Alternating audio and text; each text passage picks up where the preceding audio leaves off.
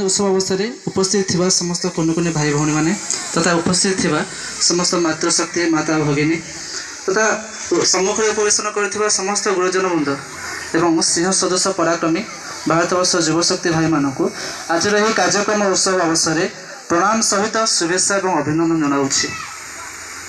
भारतवर्ष एक हिंदू राष्ट्र अटे। संगठित समाज संगठित राष्ट्र सबु समस्या समाधान पाथर अटे।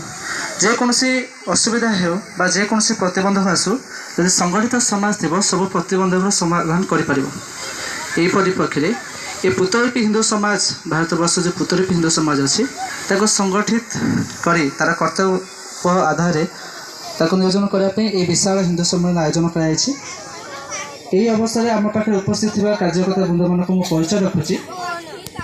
मंचर बाम पार्श्व उपवेशन कर श्रीजुक्त प्रशांत कुमार पंडा।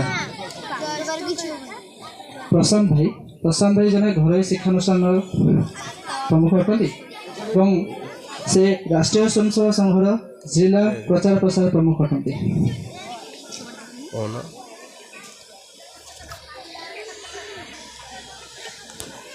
आगे बाम पार्श्व दक्षिण पार्श्व उपवेशन कर श्रीजुक्त रघुनाथ कल। आज्ञा जन सफल कृषक अटंती। आज्ञा सका भगवतर गाथा आम सब शुणुवा सका भगवतर पाठ भी अध्ययन करती और आम आज्ञा नमस्ते अटंती।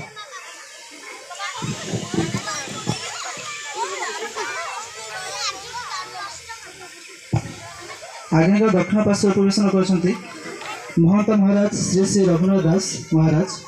आज्ञा रघुनाथ सेवाश्रम महंत अटंती और आज्ञा को आम आज कार्यक्रम पाई धन्य मन कर।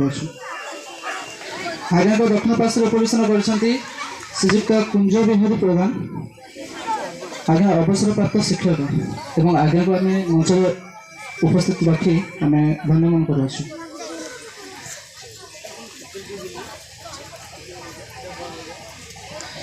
परिशेष आम समस्त आदर्श तथा आज्ञा को दक्षिण पार्श्व उपवेशन कर श्रीजुक्त पवित्र कुमार सेठी महोदय।